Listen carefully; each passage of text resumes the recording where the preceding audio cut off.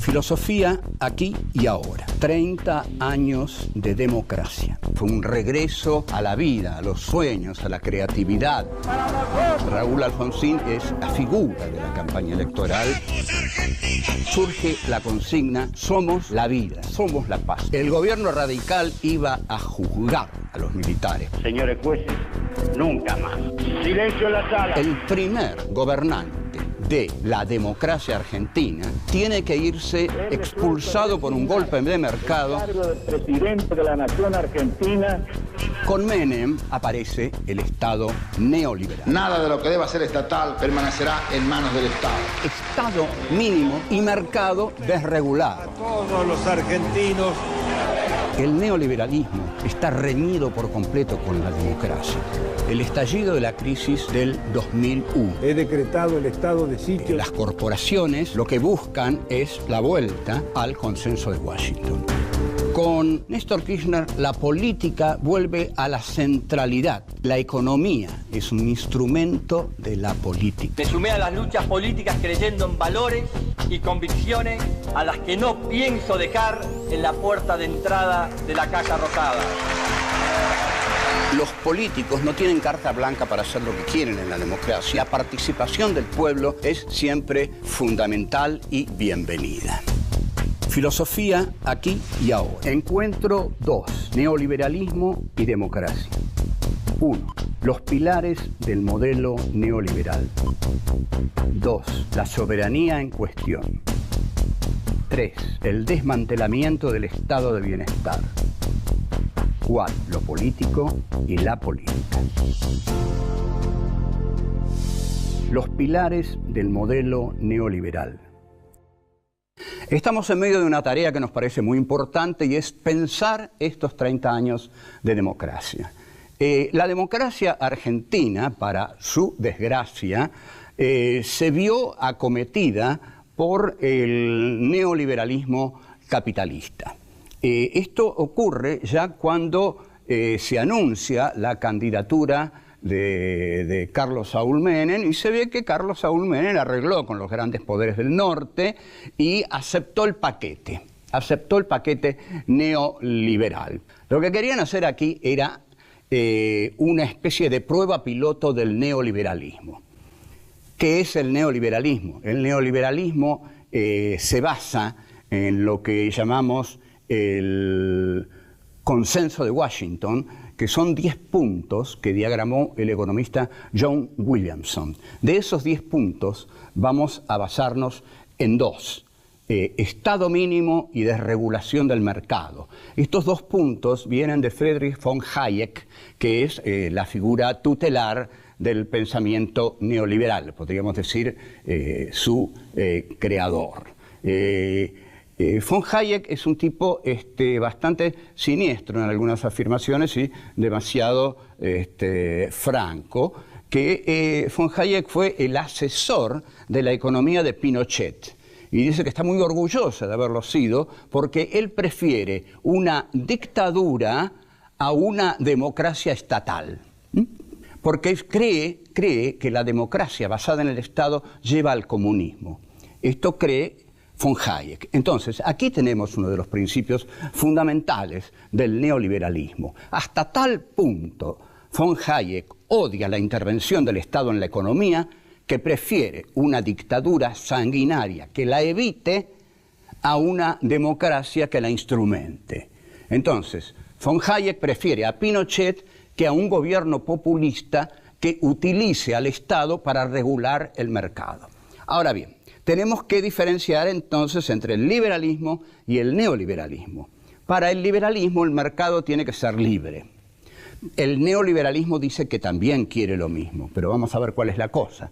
Para un liberal como Adam Smith, el autor de Riqueza de las Naciones, el padre del pensamiento capitalista, del liberalismo, el mercado debe regularse automáticamente, porque Adam Smith acude a una figura que es la mano invisible, que dice que es la que va a regular el mercado y establecer una democracia en el mercado.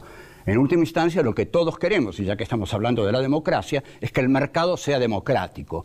¿Cuándo el mercado no es democrático? Cuando sigue las leyes del señor von Hayek.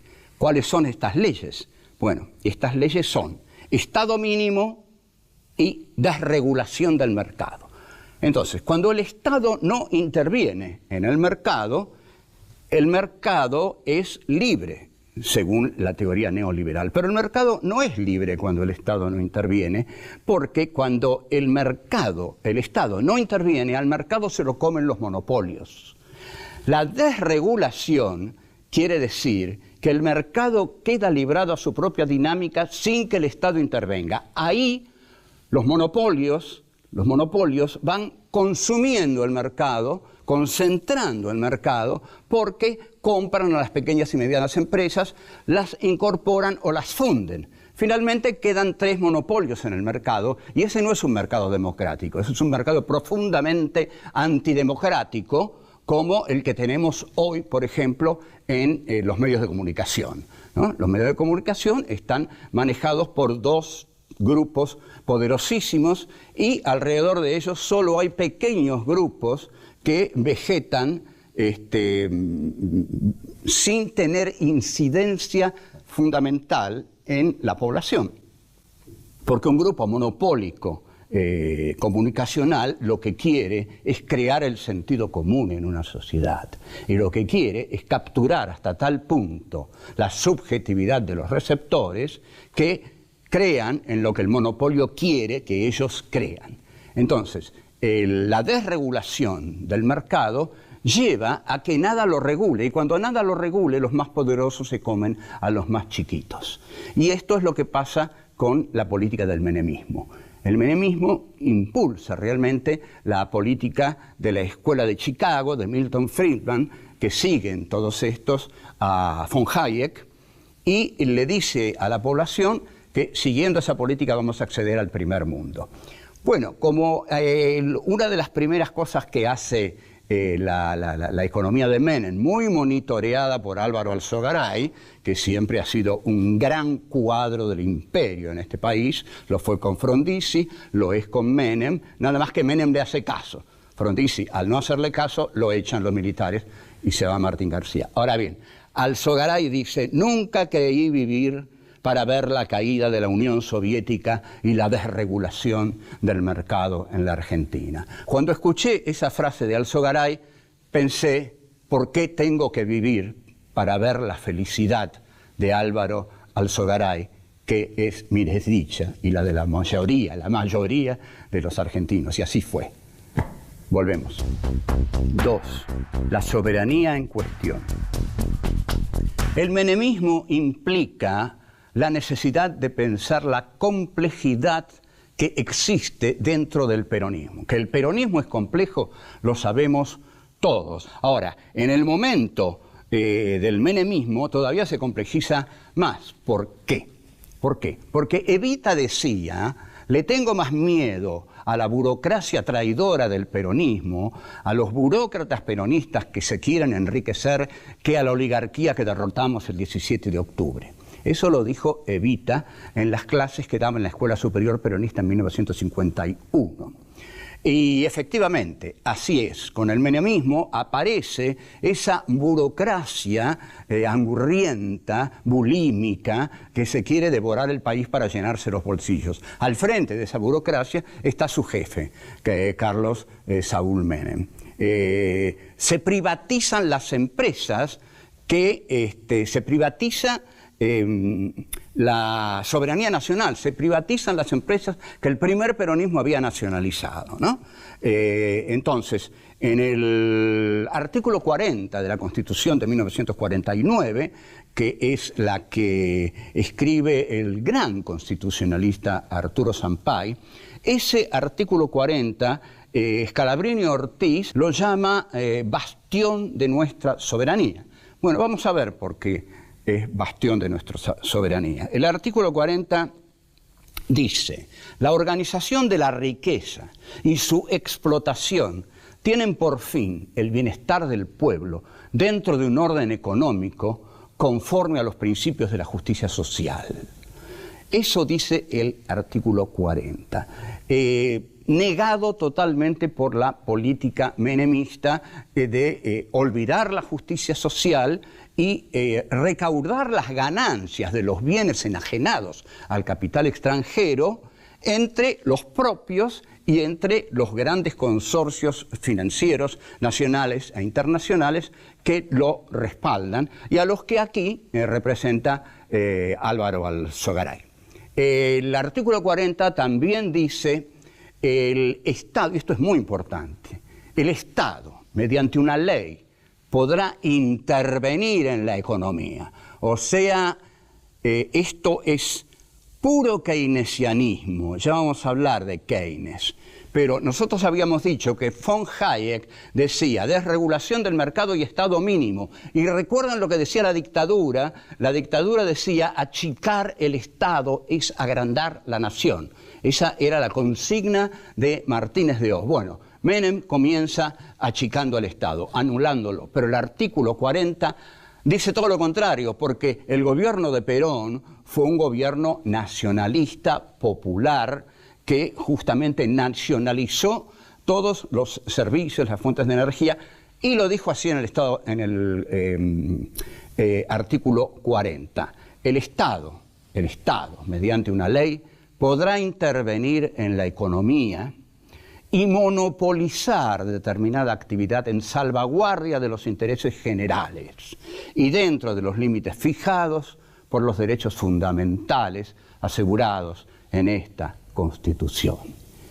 Esta frase es fundamental para todo país que quiera ser autónomo, que no quiera rendirse como esclavo a los dictados de los organismos económicos internacionales, Banco Mundial, Fondo Monetario Internacional, fondos buitres, etcétera, etcétera. La intervención del Estado se pone aquí en el centro del debate.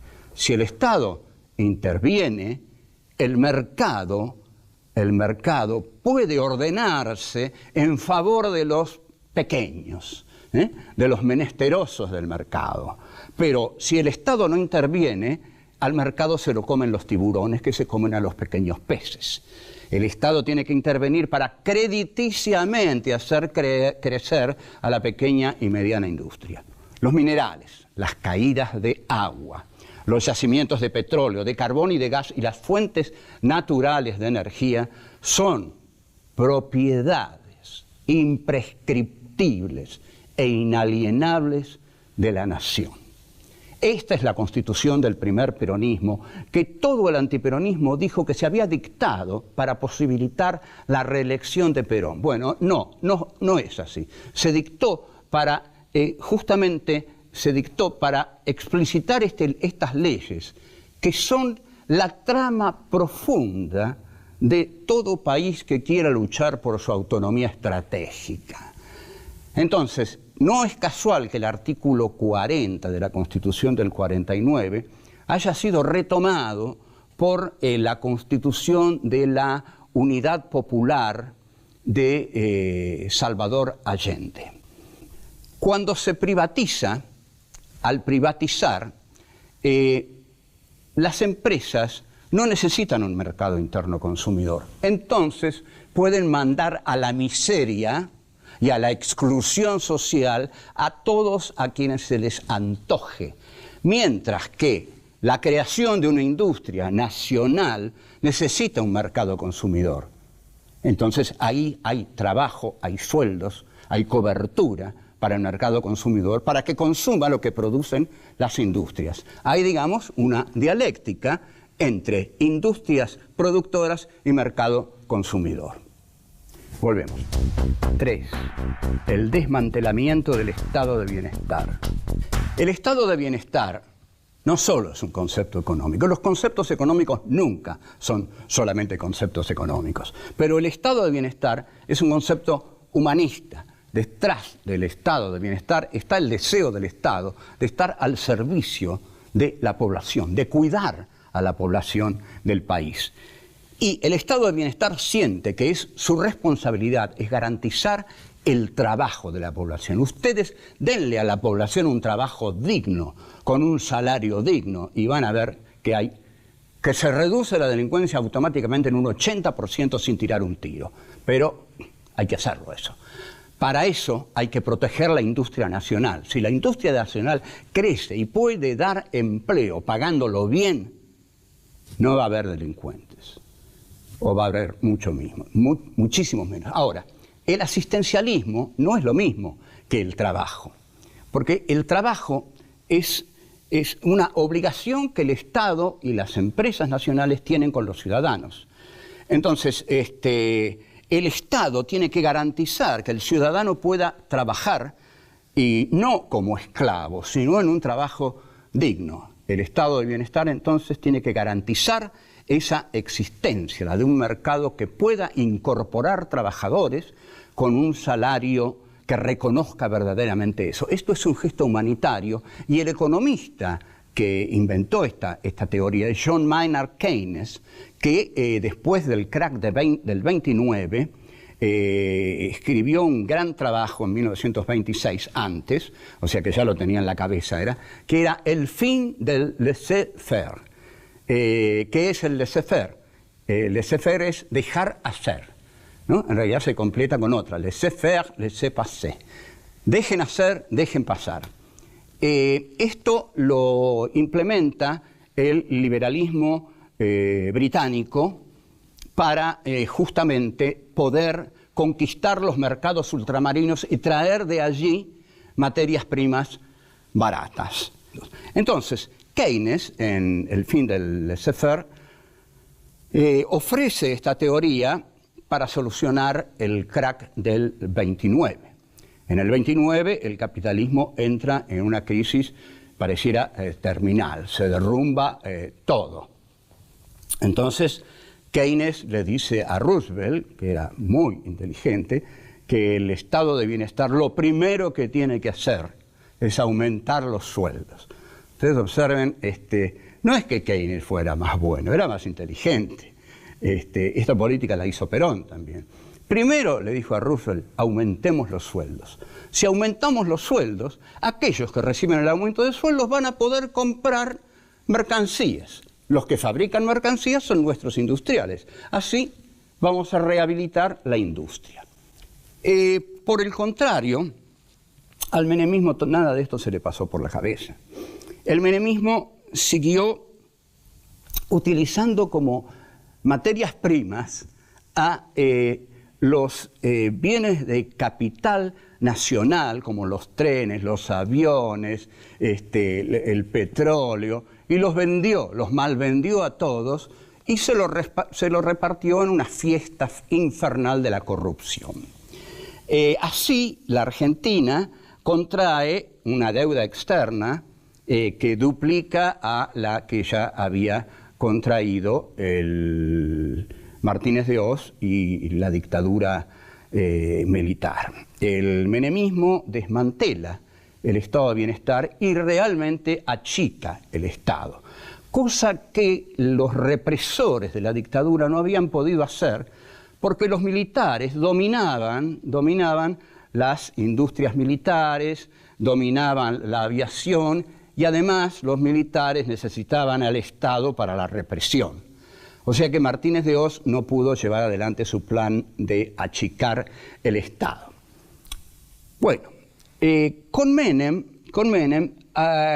tiene una gran oposición, pero también tiene un gran apoyo, porque Menem larga una medida que para la clase media argentina y alta o baja o lo que sea, es como maná del cielo, que es la convertibilidad. ¿Y qué es la convertibilidad? Es el sueño imposible de pertenecer al primer mundo y decir que un peso vale lo mismo que $1. Albricias, la clase media empieza a viajar por todo el mundo, y bueno, las clases altas ya viajaban, y las clases bajas no viajan nunca, como siempre. Pero esta fiesta de $1, un peso, reproduce la plata dulce de Martínez de Oz, que dijo: mi mayor conquista es haberle permitido viajar al pueblo argentino. Volvemos. 4. Lo político y la política. El Estado neoliberal que implanta el menemismo destruye al estado de bienestar. Todos aquellos que esperaban de ese político con aires de caudillo riojano, con las patillas largas, que andaba a caballo, que quería ser la reencarnación de don Juan Facundo Quiroga, fue esfumándose, las patillas se le fueron cortando y cada vez se vistió mejor, con trajes que brillaban. Y pronto todos se fueron dando cuenta de que la cosa no iba para el lado del pueblo. Esto se veía venir y vino. Como vino, lo que se impuso fue el Estado neoliberal. Con el Estado neoliberal, en consecuencia, el Estado fue prescindente en muchísimas cosas que hizo el mercado. Y también actuaron decididamente a favor del remate del país las cámaras, la Cámara de Diputados, la Cámara de Senadores, y el sindicalismo milagrosamente desapareció de la política. Por ejemplo, la figura de Saúl Ubaldini, que todos los días salía a decir algo contra Alfonsín, con Menem se evaporó. O sea que el Partido Justicialista en totalidad respaldó esta política de Menem, pero también la respaldó la ciudadanía argentina, porque todos empezaron a sentirse miembros del primer mundo, un peso, un dólar, viajemos, todos se sentían maravillosamente. Mientras tanto, lo que esta política generaba era una exclusión realmente aterradora, ¿no? Decenas de miles y decenas de miles de personas se quedaban sin trabajo y eran arrojadas a la marginalidad, eran arrojadas a la nada, eran arrojadas fuera de la sociedad civil. Entonces, lo que se elimina es lo político institucional. Digamos, lo político institucional se pone al servicio del Estado. En este sentido, no es que sea un Estado fuerte, es un Estado obediente. Es un Estado obediente que consigue el respaldo de las cámaras. Las cámaras entonces le dicen al Estado: vamos a votar y aprobar lo que usted, doctor Menem, promulgue. Hay una subordinación de lo estamental parlamentario al Estado que negocia con los grupos económicos. Entre tanto, lo que llamamos la política, es decir, la territorialidad de la militancia, desaparece. Y esto pertenece al espíritu de los tiempos, a las filosofías posmodernas que traen un aura de desencanto. Por ejemplo, hay un francés, Gilles Lipovetsky, bueno, que no vale mucho, pero ahí estuvo, en los 90, escribiendo libros como La era del vacío. Carlos Menem representó en la Argentina, a su modo, la posmodernidad y la caída de las certezas y la caída de lo que se llamaba las utopías y los grandes relatos, y representó también esa era del vacío. ¿Qué vacío? Un vacío moral. Ya la moral no tenía por qué angustiar a nadie. Hay otro libro de Lipovetsky que se llama el orden posmoral, algo así, donde inventa lo posmoral. Ustedes saben que cualquiera que pone pos adelante de otra palabra está inventando una teoría. Entonces, Lipovetsky puso posmoral. ¿Qué quería decir posmoral? Una degradación de la moral. Que una moral sin sanción ni castigo, dice Lipovetsky. Entonces aquí estamos, en pleno menemismo. La era del vacío, no hay moral dura, Nadie, por ejemplo, un Che Guevara diría liberación o muerte, ¿no? Vengan conmigo a morir en Bolivia y a liberarnos del imperialismo. Perón o muerte era una consigna de la izquierda peronista. Bueno, nada de eso. Lo que propone Lipovetsky es el vacío, los dogmas morales livianos, una moralidad liviana, digamos, Perón o conversaciones atinadas, sería la consigna de Lipovetsky, ¿no? Y todo esto lo toma Menem y así se hace el menemismo, con una liviandad total, ausencia de moral y ausencia de militancia territorial, y entonces se sigue el orden natural de las cosas, que en el mundo era el orden del liberalismo, del neoliberalismo. De todos modos, Argentina fue una especie de conejito de indias del orden neoliberal. El Estado popular, nacional y democrático, por el contrario, se opone al orden natural de las cosas, porque ese llamado orden natural de las cosas es siempre el orden de los poderosos. Los poderosos imponen su propio orden en los hechos históricos, y a ese orden que ellos han impuesto a los hechos históricos lo llaman orden natural de las cosas. Igual que los grupos mediáticos que crean el sentido común. Crean el sentido común, lo que la gente habla todos los días. Esas verdades o semiverdades, convicciones que dice la gente, están fijadas por el poder mediático. Entonces, el país carece, con Menem, de una política propia que frene la avaricia descomedida de los agentes económicos. Y, por otra parte, se dan altísimas tasas de interés a lo que hoy llamamos capitales buitres, que son cómplices, porque usted, dígame, si usted tiene que invertir en algo y le dan el 40% por su dinero, usted tiene que sospechar que no le van a poder devolver el dinero. Entonces, su angurria, su avaricia, lo hace poner el dinero ahí. Y bueno, embrómese, mi amigo, se tendría que haber dado cuenta que estaba participando de una estafa. ¿Por qué? Porque el gobierno de Menem en gran medida fue una estafa para todos. La conclusión a la que debemos llegar es que el neoliberalismo está reñido por completo con la democracia, porque el neoliberalismo es una política económica, porque no hay economía que no sea política, para que los grandes sean cada vez más ricos y los chicos sean cada vez más pobres. Los grandes, a su vez, cada vez son menos y los pobres cada vez son más. Y esto no es democracia. La democracia es algo para todos.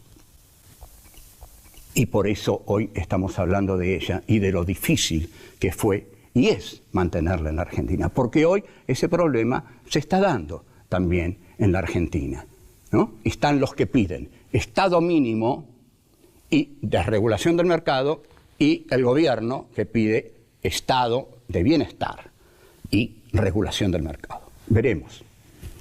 Chao, hasta luego.